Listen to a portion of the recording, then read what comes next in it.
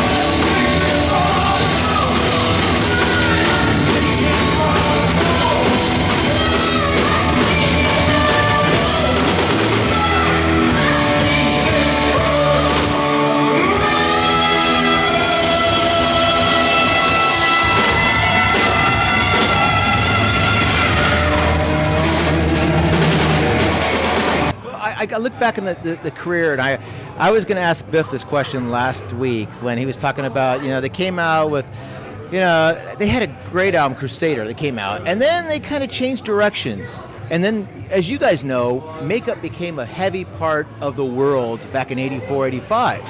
You got Motley Crue, you've got Poison, you've got all these hair bands with the makeup going on. You guys lend yourself a little bit that way.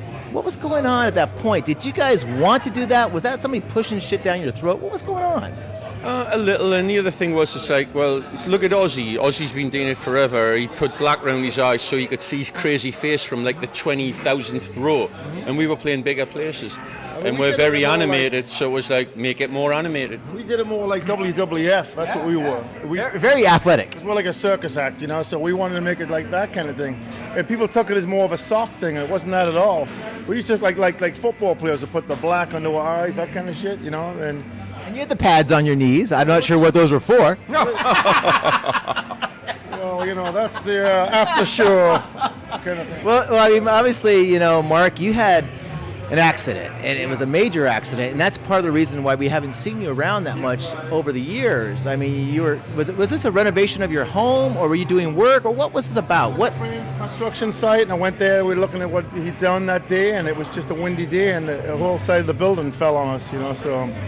This is major. This is major. Your legs, your body, your back. I could have been killed, so it was kind of a blessing, but it was kind of interesting because this band is toughed out through a lot of different things, and that was just another test and another time we had to get back. And I think we've become a stronger band in some respect. We're a lot more dedicated, and we do it. We kind of evaluate why we do it, and it's mainly for the music and for our fans, not about necessarily making money and all them other things. We gotta live, but we try to do stuff that'll blow our heads off and the people that come to see us, not necessarily be commercial in any way. So it's kind of defined us, I think, in some ways. Well, let's talk about A Long Day's Journey. I mean, that's the whole, this new DVD you've got coming out.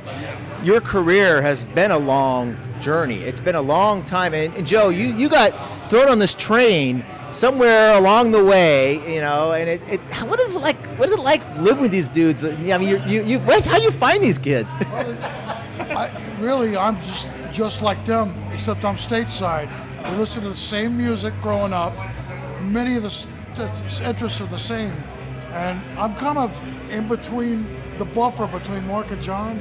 So there's never any fights because the buffer's here. You mean brothers fight? No, well, they try to, but then I make them laugh about some shit all over. No, but it's very, there's never been any animosity. Groundhogs or T-Rex, and then everything's diffused. Well, I mean, it obviously must be an interesting lifestyle. I mean, you guys migrated yourself from England to America, and now is it? I see bands doing this. Is this? What is the plan there? Is it because you like America better? Is it taxes? Or I mean, I know they tax you heavily in England. Initially, we came over here because when we were working, like doing All for One in England, I mean, we were living on about $15 a week. In England? We were getting ripped off blind by the record company, and we knew we were, and we weren't getting any work from them, and it was just an untenable situation, and we had the opportunity to come here and to tour, and the opportunity to get a real deal. So we jumped at it, and not really saying we're going to leave England, but we just followed that, and here we are. You landed in Tennessee, correct? Is that right? Tennessee? Is that where you're from? Now you live in Tennessee now? Where is it? No. I live in Florida, and John's in I live in DC. Virginia, near DC. He's in Massachusetts. So you're all kind of on the East Coast, somewhere stretched out a little bit. How did you land those positions, though? I mean, this is kind of interesting to think about. You're coming from a colder climate, obviously. Is that why? We came into New York because that's where our management was, and our record company was Atlantic at that time. And then it would just, things just changed. Things changed like everybody else. We moved and did stuff, but I think because we're East Coast in England, maybe that's why we gravitated to that area. I don't know. But surely, I mean, the West Coast is awesome. We love it out here. We love the mountains, and we love the people. So it's great to come out and play. But really now we do a lot better in Europe, and we do a lot better. We do South America and Asia. So we're kind of like, it's worldwide. And So it really doesn't matter where you live. We're going to be traveling it regardless. So.